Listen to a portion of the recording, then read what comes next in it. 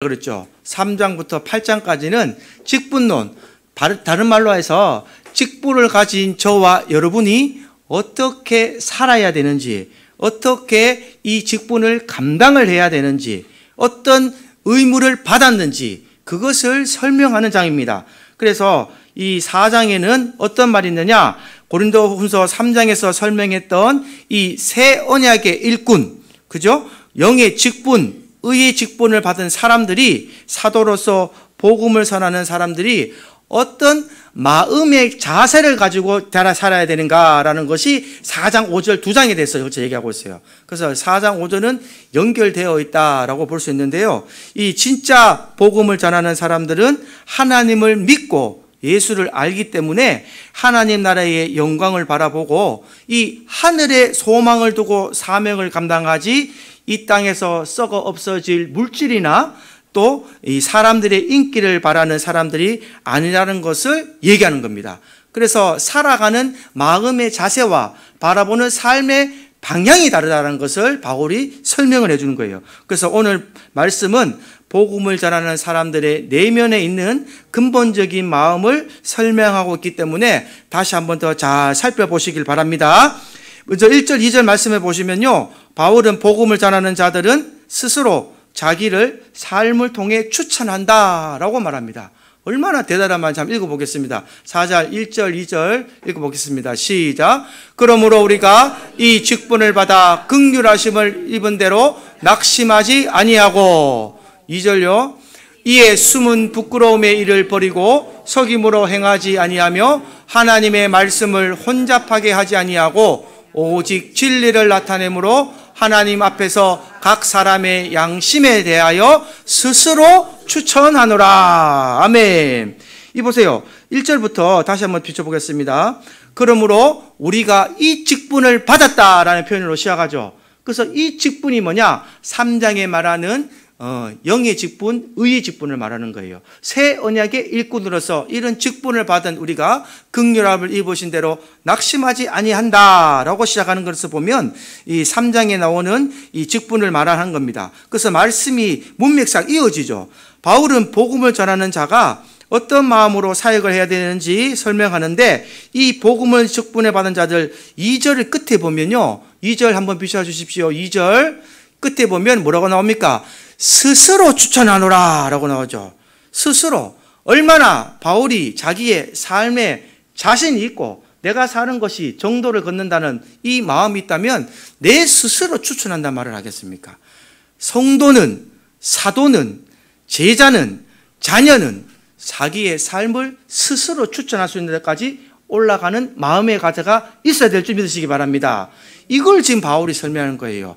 세상에 살던 내 이전의 모습은 사라지고 내 삶이 바뀌었던 것을 내 스스로 추천할 수 있을 만큼 이 삶으로 이어져야 된다. 그래서 진짜 복음을 일꾼들은 거짓 사도들과는 다르다라는 것을 지금 바울이 설명을 하고 있는 겁니다. 그래서 2절 말씀에 뒤집어 얘기하면요, 거짓 사도들은 숨어서 부끄러운 짓을 하고 속이글을 마고 하나님의 말씀을 혼잡하게 한다 이 말이에요. 하나님의 말씀을 혼잡하게 하지 아니하고 라는 말은 사도는 혼잡하게 하지 아니하고 거짓 사도는 하나님의 말씀을 혼잡하게 한다. 그래서 복음의 일꾼들은 오직 진리를 나타내므로 하나님 앞에서와 각 사람에게 스스로 이것을 추천한다라는 것입니다. 그러니까 하나님의 복음에 대해서 말씀을 혼잡하게 하는 것은 내가 신이다는 거예요. 내가 신이다. 하나님만 신이 되는 겁니다. 우리 인간은 신이 될 수 없습니다. 그래서 불교는 잘못됐어요. 불교는 내가 고행을 통해서 수행을 통하여서 신이 될 수가 있습니다. 아무나 다 부처가 될 수 있어요. 그게 불교의 진리입니다. 불교의 철학의 진리가 아무나 고행하고 수행하면 부처가 될 수 있습니다. 그래서 일반인이 머리 깎고 절에 들어가고 스님 하잖아요. 스님하고 고행하다가 보면은 부처가 된다니까요. 그게 불교고, 천주교는 신부를 통해서 죄사함을 받는다. 이 잘못된 진리란 말이에요. 하나님의 말씀을 혼잡하게 했단 말입니다. 예수 보혈의 피만이 여러분을 정결하게 하실 것이고 여러분들을 구원하게 한 걸 믿으시기 바랍니다. 이게 복음이에요. 다른 건 아무것도 없습니다. 다른 건 뭐 플러스 알파가 없어요. 이것만이 진리입니다. 그래서 3절에 보면 이렇게 얘기합니다. 만약 복음이 바리워졌으면 망하는 자들에게 가리워진 것이다 라고 설명하는 거예요. 만약에 복음이 가리워졌다는 것은 이것이 바로 거짓 사도들을 위해서 사탄의 일꾼들이 사탄이 그 마음을 혼미하게 하여 복음의 광채를 비치지 못하게 했다. 가리워졌다는 말이 이런 뜻이죠. 복음을 알지 못하는 빛이 가리워지게 만들었다. 그래서 4절을 잘 보시면 이 거짓 사도들의 특징이 나타납니다. 특징 우리 다 같이 한번 읽어보겠습니다. 시작. 그중에 이 세상에 신이 믿지 아니하는 자들의 마음을 혼미하게 하여 그리스도의 영광의 복음의 광채가 비치지 못하게 함이니 그리스도는 하나님의 형상이니라. 아멘. 세상의 신은 사탄입니다. 세상의 신은 사탄이에요. 세상의 신은 사탄입니다. 그래서 탐욕을 가지게 하고 쾌락을 쫓게 하고 내 자신을 위해 살게 하고 내 자신이 뭔가 될 것으로 얘기하고 다르게 말하면 남을 짓밟아야 성공할 수 있고 남을 무너뜨려야 내가 올라설 수 있는 이런 생활 속에서 경쟁 속에서 살아가는 것이 바로 이 세상의 신이 됩니다. 여기 교회만 벗어나서 조금만 벗어나가서 세상 가도 그 세상 속에서 지금 세상 바퀴는 굴러가고 있는 것을 여러분들은 눈으로 볼 수 있습니다. 그래서 믿지 않는 자들의 마음을 혼미하게 한다. 하나님을 믿지 않는 이 세상의 사탄이 우리의 마음을 혼미하게 한다는 말이에요. 그래서 혼미하게 하여 그리스도의 영광의 복음이 광채가 비치지 못하게 한다. 하나님의 광채, 그리스도의 영광의 복음의 광채가 비치지 못하게 함이니 그리스도는 뭐라고요? 하나님의 형상이라. 이게 중요한 말이에요. 그리스도가 아니고 그리스도는 하나님의 형상이 되는 겁니다. 하나님의 형상이 주님에게 비추어졌고 그 주님에게 비추어졌던 하나님의 형상이 오늘날 누구에게 비친다고요? 저와 여러분들에게 비친다고요. 할렐루야. 저와 여러분들에게. 그래서 그리스도의 빛이 비치는 게 아니라 그리스도에게 있는 하나님의 형상이 저와 여러분들에게 비친다. 그래서 아까 우리 찬양했듯이 빛난 광채가 하나님의 형상이 되는 거예요. 할렐루야. 이 영광이 우리를 비치게 한다. 그러나 세상의 신은 어떻게 되냐? 이 마음을 혼미하기 때문에 눈을 멀게 한다 이 말입니다. 눈이 멀니까 어두운 것만 보이는 거예요. 여러분 눈을 한번 감아 보시기 바랍니다. 내가 이 지금 가창 샘물교회에 2년 이상 살면서 여기에 있는 내부적인 구조를 다 머릿속에 있습니다. 그러나 여러분들 눈은 감고 한번 걸어보십시오. 안 걷고 안 넘어지고 잘 걸을 수 있는가? 아마 여기서 본인들 집으로 찾아가실 때에 다 넘어지실 것 같아요. 왜냐? 계단 몇 개인 줄 아십니까? 이 복도에 뭐가 있는지 아십니까? 모르는 거예요. 그러니까 우리가 눈이 탁 감기게 되면 이 하나님의 말씀이 어두워져서 아무것도 모르는 존재가 되어버린다. 그래서 우리는 이 하나님의 빛이 들어와야, 하나님의 영광이 들어와야 우리는 살아갈 수 있는 힘이 있다라는 것을 가르쳐 줍니다. 그래서 5절에 보면 보세요. 5절에 다시 한번 읽어보겠습니다. 우리는 우리를 전파하는 것이 아니라 오직 그리스도 예수의 주 되신 것과 또 예수를 위하여 우리가 너희의 종된 것을 전파함이라. 복음의 일꾼들은요, 이 말씀을 통해서 진리를 깨닫기 때문에 예수 그리스도가 우리의 주가 되신다라는 것을 전한다는 겁니다. 자기가 주가 되지 아니하고 예수가 주가 되는 것을 전하는 사람, 이 사람들을 바로 복음의 일꾼들이라 얘기하는 거예요. 그래서 한 가지 사도들, 일꾼들은 무엇이 되라고 써놨습니까? 종되라고 써놨잖아요. 종은 뭐예요? 섬기는 자입니다. 받드는 자입니다. 주인이 어떻게든 명령하든 순종하고 그 주인을 잘 볼필하고 섬기고 따르는 사람이 종이라는 말이에요. 복음을 전하는 자들은 예수를 위해서 우리가 너희의 종된 것을 전파한다. 바울이 지금 그걸 전하고 있는 겁니다. 주님 때문에 내가 너희들에게 종되는 신분으로까지 너희들을 섬기고 너희들을 의의 길로 인도하는 종의 신분으로 산다. 바꾸어 말하면요, 교회와 성도들을 섬기는 일꾼이 되겠다라는 이 말입니다. 그래서 복음의 일꾼들은 교만하지 않고 자만하지 않겠다. 오늘날 교회에서 이런 교만과 자만이 너무나 난무하고 있어요.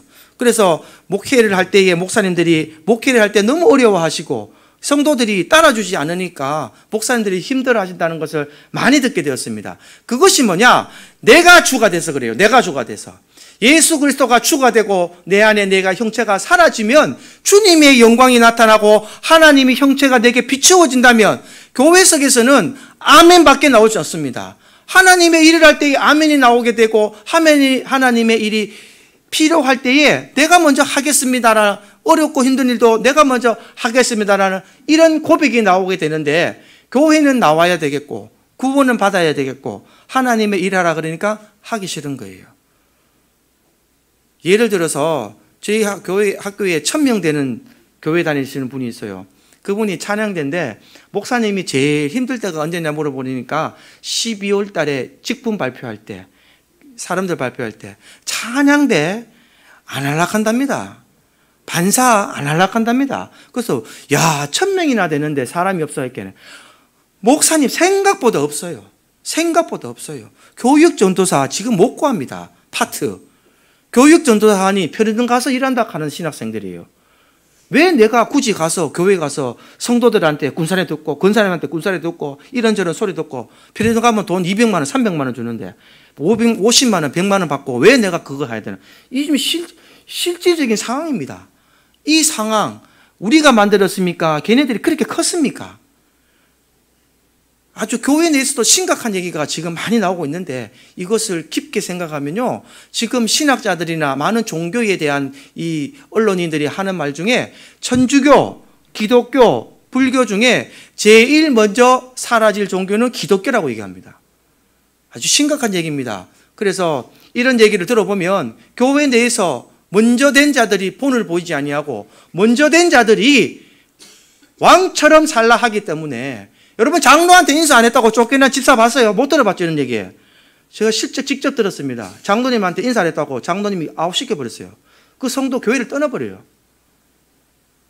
장로가 인사 받으려고 이러고 다니다가 인사 안 하면 장로가 카트 시켜버린대. 그 음양하다가 그 사람이 직접 얘기해 들었어요. 그래가 자기가 왜 쫓겨났냐 물어보니까 그 심호하는 장로님이 인사도 안 한다고 금방제다 걔가 쫓겨났다 그래요. 그럼 젊으니까 교회 다니겠습니까? 안 다니겠습니까? 교회의 직분을 받은 자들은 하나님께서 종으로 섬긴다고 세워진 줄 기억하시기 바랍니다. 교회에서 에헴이 아니라 더 잘 섬기라고, 더 낮은 자들을 섬기고 밑에 있는 사람들을 더 잘 땡겨 올리고, 뭐가 필요하니? 하나님 잘 모르겠니? 말씀을 가르치고 권면하고 위로해주고 이 바른 길을 갈 수 있도록 모범이 되어주는 이런 모습이 되는 교회는 건강한 교회입니다. 그런 교회는 절대로 무너지지 않아요. 할렐루야. 잘 되는 교회는요, 장로님들이 봉 들고 주차 다 관리합니다. 주차 관리.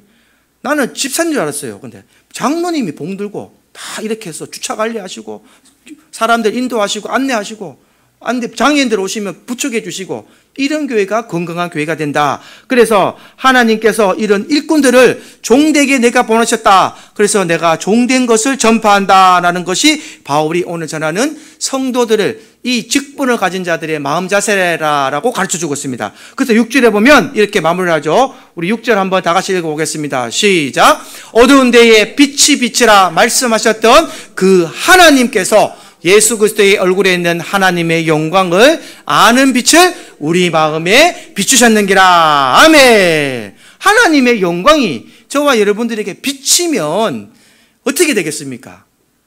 하지 마라 그래도 한다니까요. 은혜 받았다는 말 많이 표현하죠. 성령이 충만하실 때에 여러분들의 모습을 기억해 보십시오. 그때는 어떤 말을 해도 시험이 안 됩니다. 시어머니가 와가 잔소리를 해도 웃어버려요. 아, 어머니 그래요? 예. 막 성령이 충만하니까 기쁘고 즐거운 거예요. 아, 신랑이 막 뭐라 그래도 기분 좋아요. 아이고, 예, 여보, 그래요? 오늘 반찬 이게 뭐야? 내일 김치찌개하고 소고기 구워 가면, 아, 예, 그러지요. 소고기 구워 잡수세요. 구워 드리죠. 근데 여러분, 성령이 다 떨어지고 기분 나쁘고 내가 기분이 우울하고 익할 때 와서 시어머니가 야야 말만 들어도 어떻게 됩니까? 또 뭔 잔소리를 하실라카노? 또 무슨 맛을 하실라카노? 마음이 바뀌죠. 예? 신랑이 여보 하면 영감탱이 네가 차려 먹어봐라. 바빠 죽겠는데 네가 밥 챙겨 먹어라. 이런 말 나와야 안 나와요?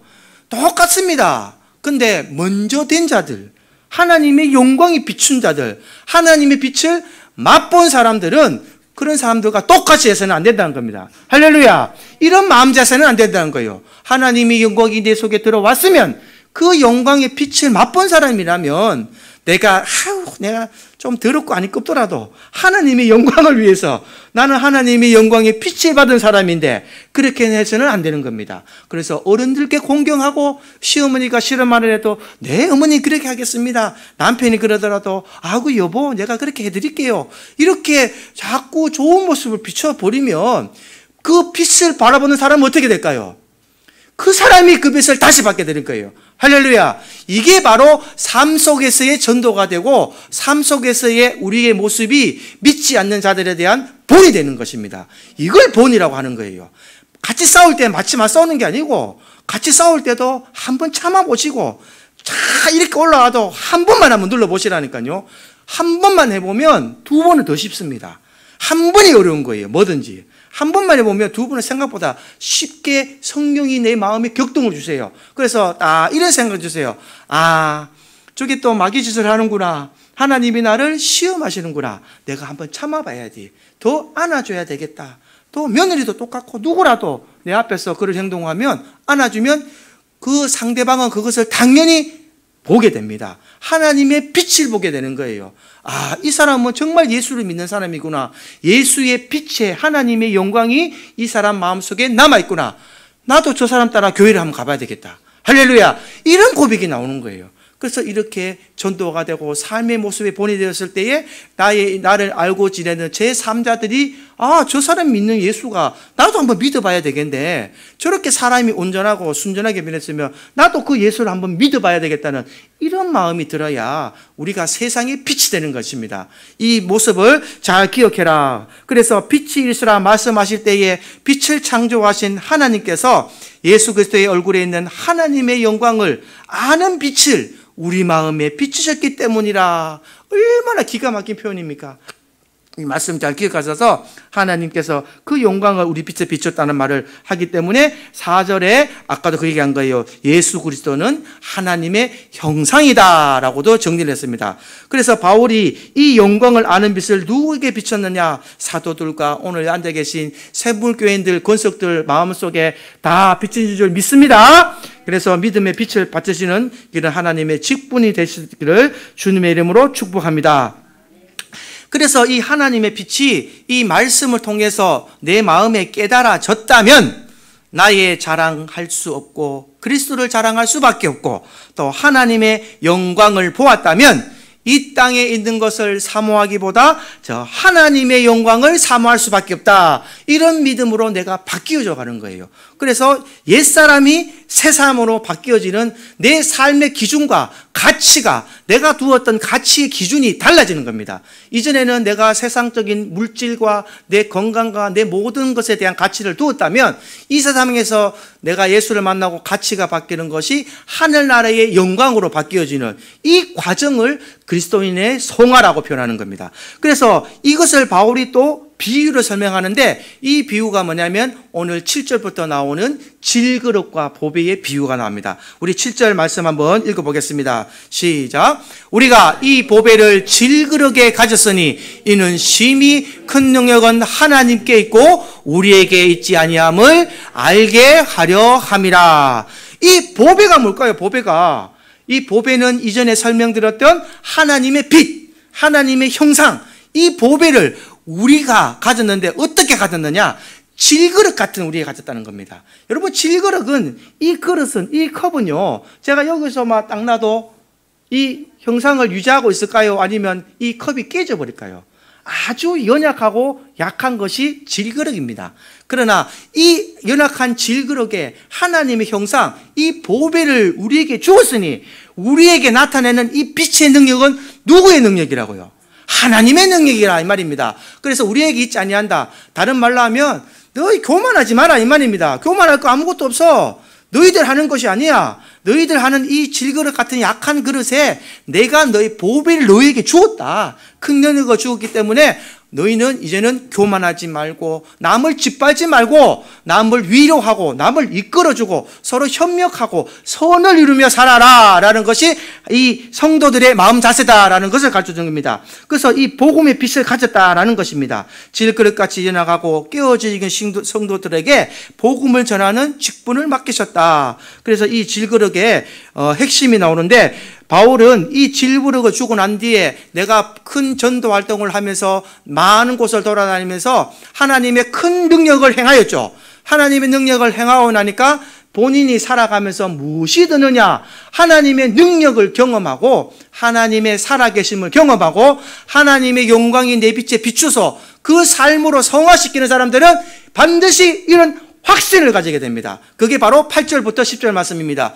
우리 다 같이 한번 읽어보겠습니다. 시작. 우리가 사방으로 우겨쌈을 당하여도 쌓이지 아니하며 답답한 일을 당하여도 낙심하지 아니하며 박해를 받아도 버림받지 아니하며 거꾸러짐을 당하여도 망하지 아니하고 10절요. 우리가 항상 예수의 죽음을 몸에 짊어짐은 예수의 생명이 또한 우리 몸에 나타나려 하려 함이라. 할렐루야.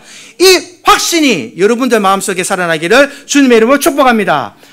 자, 8절부터 다시 한번 돌아가 볼게요. 우리가 사방으로 우겨쌈을 당하여도 쌓이지 아니하고 답답한 일을 당하여도 낙심하지 아니한다. 아까 제가 설명드렸잖아요. 시어머니가 뭐라 해도 나는 상황은 마음이 괜찮고 내 신랑이 뭐라 그래도 나는 답답하지 아니한다. 왜냐? 저 9절로 한번 넘어가 볼게요. 박해를 받아도 버림받지 아니하며 거꾸로 틀림을 당하여도 망하지 아니한다. 이런 어려움과 시련과 박해가 가도 내가 무엇이 있기 때문에 하나님의 영광이 내가 기억을 하고 있고 하나님이 내게 주신 영생의 삶이 있고, 그래서 10절에 다시 이렇게 얘기하잖아요. 10절에 우리가 항상 예수의 죽음을 몸에 짊어짐은 예수의 생명이 또한 우리 몸에 나타나게 하려 함이라. 이것이 바로 부활신앙이 된다 이 말입니다. 부활신앙. 내가 지금 잠시 잠깐 시어머니한테 구박을 받아도, 내가 잠시 잠깐 남편한테 구박을 받아도 이 땅에 사는 삶은 길어야 100년, 120년입니다. 내가 어렵고 힘든 것 같아도 우리가 1000년, 만년 다 살 것 같이 세상 사람들은 막 영양제다, 몸에 좋은 약이다, 운동하고 막 해도 120살 이상 사는 사람 아무도 못 봤어요. 그렇죠? 그래서 우리 인생은 한계가 있습니다. 그러나 예수를 모르는 사람은 이 땅에서 그냥 잘 먹고 잘 사는 게 끝이다 이 말입니다. 그러나 우리는 예수의 죽음이 있고 예수의 생명이 있기 때문에, 부활의 주님이 있기 때문에 저와 여러분들은 이 땅의 삶이 끝입니까? 살아 새 생명 얻어 영생에 가는 것이 끝입니까? 영원한 생명이 있다는 거예요. 이것만 하나씩 내가 딱 확신이 선다면 어떤 어려움과 시련이 와도 이길 수 있는 확신이 된다 이 말입니다. 바울이 바라봤던 그 세계, 하나님 3층 성전까지 갔다 온 이 바울이 바라봤던 세계는요, 내가 주를 위하여 순교를 하며 피 흘리며 죽어도 내가 죽어도 죽는 것이 아니다. 왜냐? 하나님이 나를 다시 살려주실 것이고 부활하실 것이고 하나님 앞에서 내가 다시 살아나서 영원한 생명에 하나님과 함께 살아갈 그것을 바라봤기 때문에 이 예수님의 12제자들은 전부 다 순교했습니다. 순교를 할 수 있었던 거예요. 십자가에 거꾸로 틀림을 당하고 바드로는 죽었고 야고보가 제일 먼저 순교를 했으며 모든 사람들이, 사도들은 예수를 위해서 피를 흘렸단 말입니다.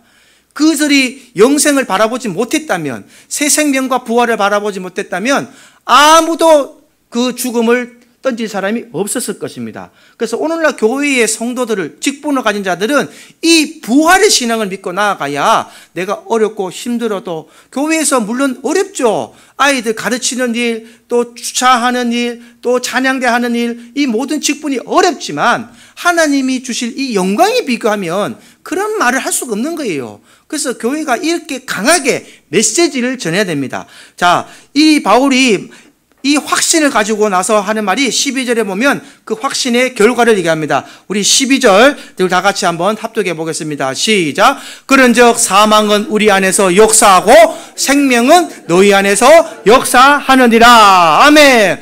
이게 무슨 말이냐면요, 자, 이제는 사도된 직분이 된 나는 죽겠다는 거예요. 주를 위해서. 내가 주를 위해서 죽었을 때에 우리 안에서는 내가 죽는 이 사망이 일어나지만 사망을 전하는 내가 낳고 난 생명은 너희 안에서 일어나게 될 것이다. 할렐루야. 너희를 살리겠다는 거예요. 내가 죽음으로써 예수의 복음을 전함으로써 내가 아무리 박해를 받고 시련을 받아도 나는 죽을 수 있겠지만 나의 말씀을 받고 복음을 받은 너희들은 새 생명이 된다 이 말입니다. 그 역할을 내가 하겠다. 그 직분을 바울이 한 것이 아니라 예수님의 12제자가 하는 것이 아니라 오늘 앉아 계신 저와 여러분들이 이것을 직분을 받았다는 것을 확신하시기 바랍니다.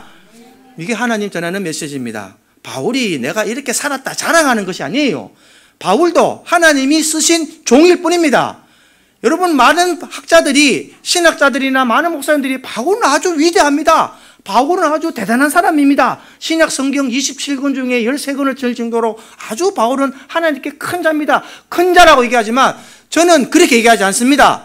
바울이 대단하지만 하나님께서 여러분을 들어 쓰신다면 바울보다도 더 크게 쓰실 것이고 하나님의 능력은 무한하시기 때문에 바울이 위대한 것이 아니라 바울을 들어 쓰신 그 하나님을 바라보는 영안이 되시기를 주님의 이름으로 축복합니다. 하나님이 위대하신 거예요. 하나님이. 바울이 위대한 게 아닙니다. 바울은 어떤 사람이었습니까? 예수 믿는 사람 죽이자로 다닌 사람이에요.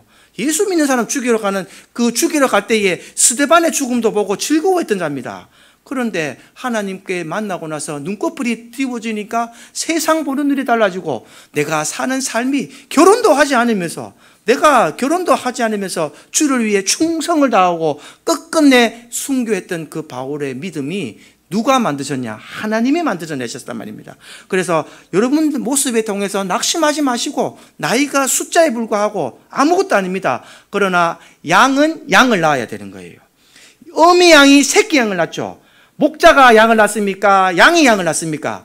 양이 양을 낳는 거예요. 여러분들도 저도 똑같이 양으로서 목자가 아닌 우리의 목자는 예수님이다 이 말이에요. 목사가 목자가 아니고 우리 샘물교회의 목자는 우리에 보이지 않는 예수님이 목자가 되시고 우리는 다 양입니다. 그래서 양이 양을 낳아야 주님이 오셔서 가르쳐 주시고 이끌어 가시지 목자가 되시지 양이 양을 낳지도 않고 가만히 있으면 그것은 직분을 하지 않는다.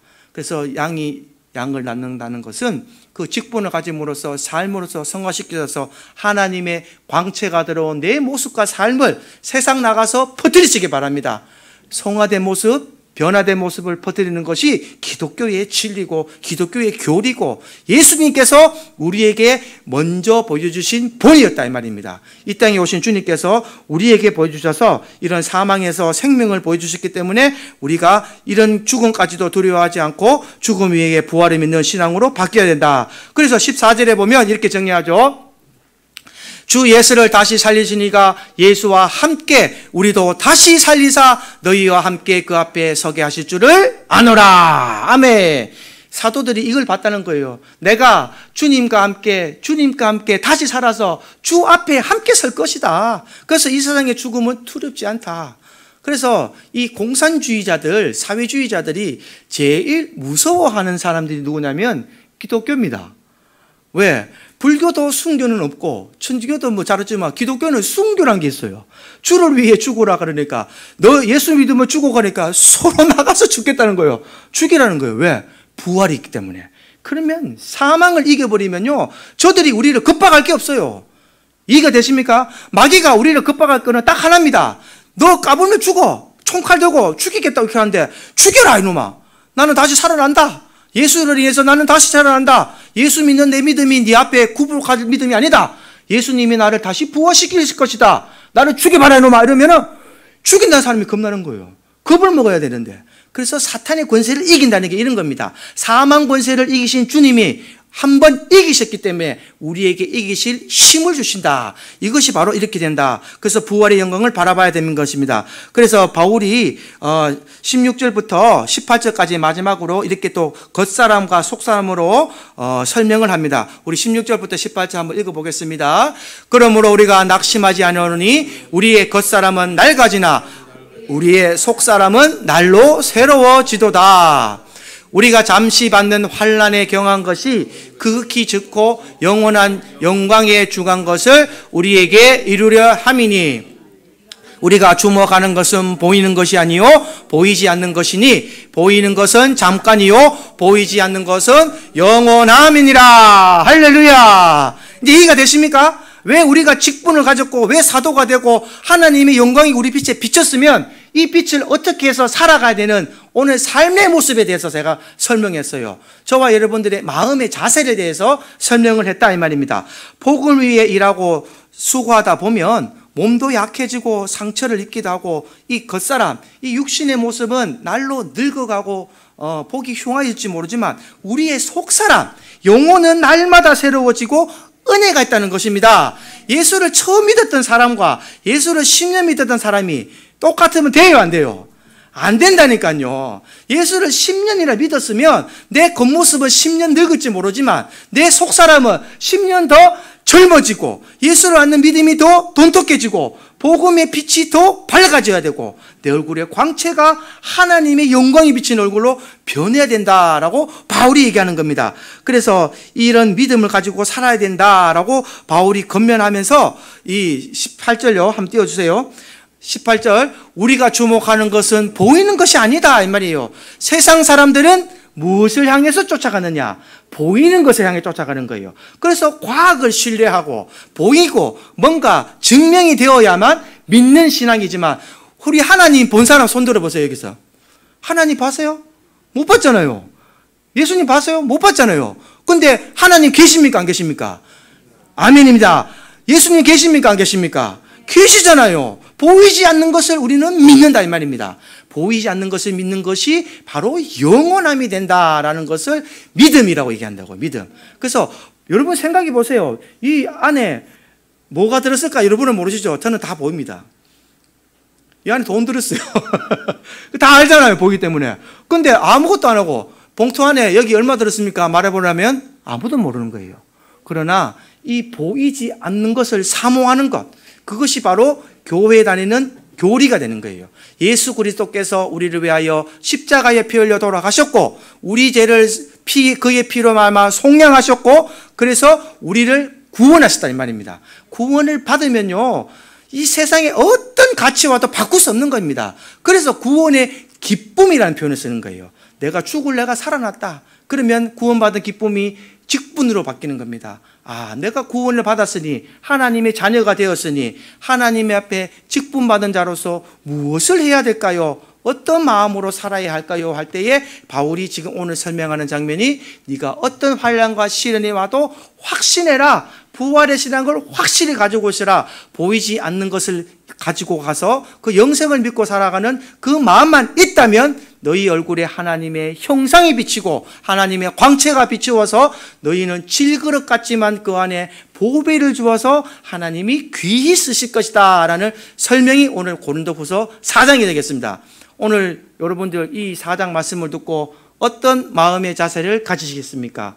성도들의 마음가짐, 직분자의 마음가짐은 이렇게 보이지 않는 것에 영생 속에 마음을 두시고 지금 혹 어려운 분이 계시거나 병든 분이 계시거나 연약한 분이 계시더라도 보이지 것에 만족하지 마시고 보이지 않는 영생의 부활을 믿고 날아가는 믿음의 신앙의 성도들이 될 수 있기를 주님의 이름으로 축원합니다. 찬송가 236장 찬송 드리겠습니다.